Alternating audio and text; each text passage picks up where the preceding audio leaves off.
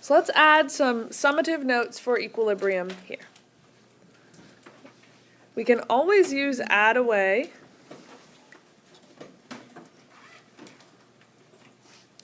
and take towards. What matters is what are we looking at for each of these situations. If it's for concentration,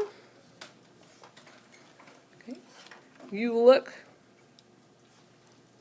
at the substance in the equation. So it'll say, if we add more of NH3, or if we take away O2. So you look for that one and you do the add away and the take towards there. If we're looking at temperature,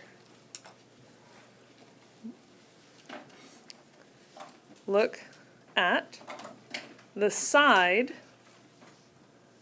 with the heat. And this can be represented in many ways. We can use the word heat, the word energy. We can write the actual amount of joules or kilojoules on either side. Okay? And they might just tell you this is an exothermic reaction if we increase the temperature.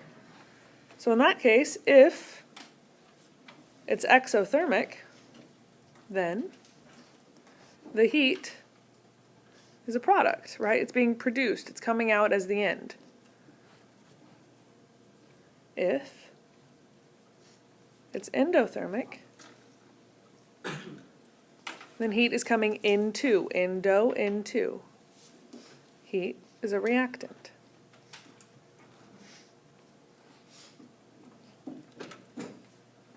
And then finally, if we're talking about pressure,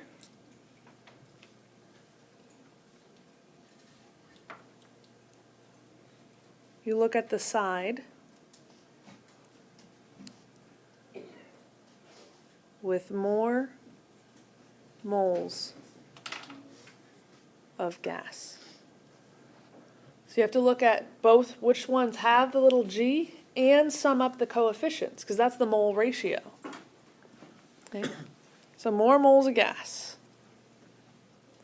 As long as you're looking at the correct side or the correct substance, then you can still do add away, take towards, and it will always work for you. Make sure you eventually get to that really good understanding of what's happening to the molecules.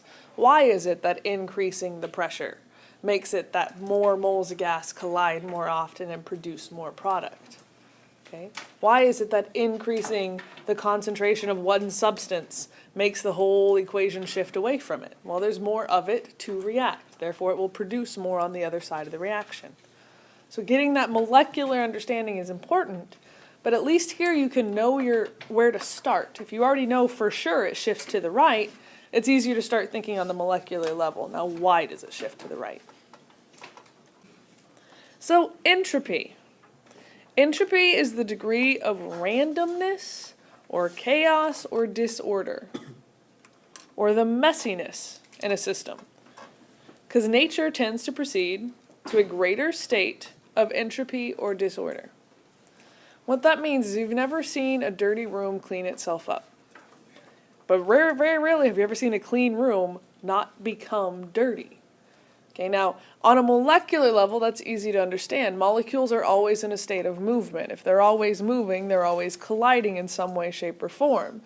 If there's collisions occurring, you've got this constant exchange of energy, which pushes things away from one another. So we're really talking about the micro scale when we're discussing entropy, but it applies to the macro scale. It applies to your life. You may have your backpack and your binder perfectly organized on day one, but by the end of the year, it didn't get more organized. Okay, it just gets more and more messy or disordered. So this is just one of the laws that have been defined. Remember, a law is just stating a fact. Laws are the easy ones. The law of gravity just states that this will fall. Okay, there's more theories onto why. It's a law of entropy, that everything proceeds to a form of greater disorder, greater entropy. The more order you have, the less entropy. Entropy is the amount of chaos. So if it's more organized, there's less entropy. If it's less organized, there is more entropy. So a phase change is going to be the most significant factor in determining delta S. So when we've been talking about enthalpy was delta H. Now we're talking about entropy, which is delta S. Now phase changes are going to be the fastest and easiest way to determine changes of entropy, changes of chaos. Because going from a solid to a liquid to an aqueous to a gas, we increase in entropy. Okay, remember entropy becoming more disordered. That makes sense. A solid, perfectly organized, rigid structure. A liquid, they're close to each other, so they're in a structure as far as a certain amount of volume, but they're sliding past one another. That's more disorder. In an aqueous, we have ions and solution, solute and solvent all intermixed. So that's even more chaos. And then in a gas, that is pretty much the definition of chaos. Molecules bouncing in all random directions at all time. Okay, so changing the states means an increase in entropy here. Based off of that, draw a particle diagram to illustrate each of the following below. We've drawn different substances many times. Let's see if you can do it now. So a solid has a rigid structure. Each of the molecules, perfectly rigid structure. They're vibrating in place. Okay. A liquid. We have the molecules. They're not in a rigid structure. They're sliding past one another. So I can show that movement with maybe a little arrow. That guy goes over here. This guy will go over there. Okay. We've got some sliding, some movement past one another. For an aqueous solution, okay, aqueous solutions are homogeneous mixtures. So you shouldn't be able to visually differentiate where one substance ends and the other one begins. It should be an equal distribution of two different types of molecules. Okay? And generally, this is in a liquid state. Remember, we can have aqueous gases and aqueous liquids. But generally, it's a liquid stage. So we have our two different substances equally distributed and sliding past one another. In this stage, I decided to use an aqueous liquid. Okay. And then for gas, we have a massive amount of disorder. Spread out, random.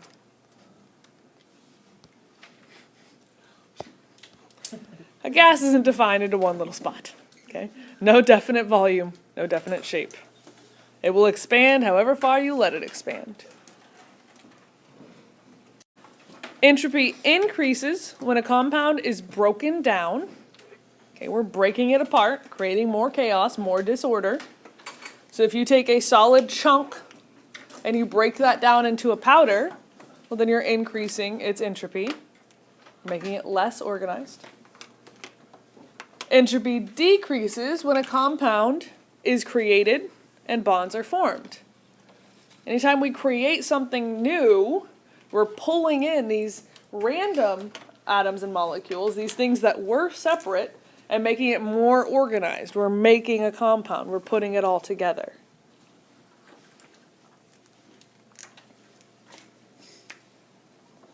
So note, if there is no phase change, then we need to count the number of molecules on each side. As the number of moles goes down, entropy goes down. So we have a negative delta S. As the number of moles goes up, entropy goes up. Positive. That should be a positive delta S.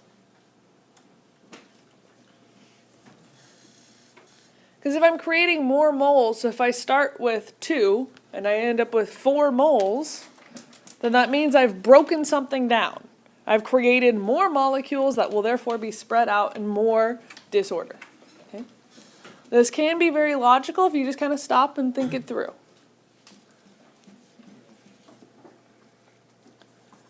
So for each of the following, we're going to determine, is there an increase, a decrease, or no change in entropy?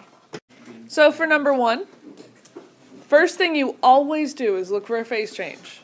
If we went from a solid to anything else, that's an increase in entropy. So I started with solid here, and although this is still solid, I produced a gas. Now there's several other ways of knowing entropy increased here, is I had one compound breaking apart into 2. If you look at the coefficients, I started out with 2 moles and ended up with 5 moles. So there's a whole ton of increase in entropy here. So this would be an increase. And just to get you used to it, I want you to put positive delta S. Okay? It only takes you a couple more seconds, and that way you have this great analogy in your head between, okay, if it's increasing, it's positive delta S every time. So H2O liquid going to a solid, first thing you always look for is change in state. Liquid going to a solid, that must be a decrease. Negative delta S. Okay. So number 3, I have gases at the beginning and gases at the end. So now I have to look for something else. Okay, I can either look for changes in moles or the formation of new compounds. Changes in moles really account for formation of new compounds. So what I have here is I have 1 plus 3, I have 4 moles here going to 2 moles. This is a decrease in entropy. It's becoming less organized. If I start out with 4 moles and I end up with only 2 moles, then I've had a decrease in entropy. Okay? Entropy is the amount of disorder. I started out with 4 things and I combined them to make only 2 things. That was an increase in order. So this is decrease, and put a negative delta S. Now if you look over to number 9, I start out with gases, I end with gases. Okay? Next step, look at moles. I start out with 2 moles, I end with 2 moles. So there's no significant change in entropy here. So here we would say no change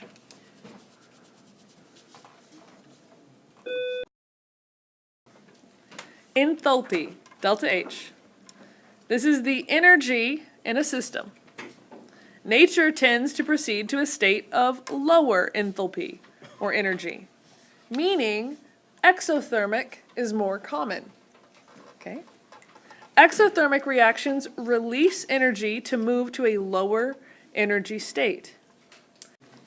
So most common types of reactions are exothermic because less energy has to be put in to get the reaction started. They have a lower activation energy.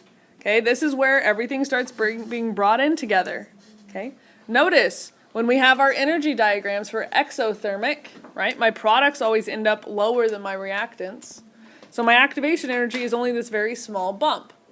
If there's less activation energy, then more of these collisions will be effective, right? When they collide, they only need a little bit of energy. Once they collide with that much energy, the reaction will occur. So there's very few endothermic reactions. Those that do occur are very special cases. And usually the chemicals are kind of expensive. When we do an endothermic, exothermic lab, it's very difficult for us to have enough examples of endothermic reactions. So therefore, an endothermic reaction is when we absorb energy and move to a higher energy state. So you require a higher activation energy. These are not as common because you have to have more energy when that collision occurs. Because of this higher activation energy here, okay, they require a lot more energy when the collision occurs for it to be an effective collision. All of these concepts are interrelated. When they collide, they must A, collide, B, with the correct orientation, and C, with the correct amount of energy, or at least the least amount of energy required, the activation energy. In this table, you will go through and determine each one of these, whether they have an increase or a decrease in entropy. Once again, I want you to write positive delta S or negative delta S. And the last thing in this packet is read through this and apply all of these terms into this. This will be a great way to summarize all of these concepts together. At this point, you should be able to complete every blank throughout this packet, and you should be ready for the test on Friday. What about the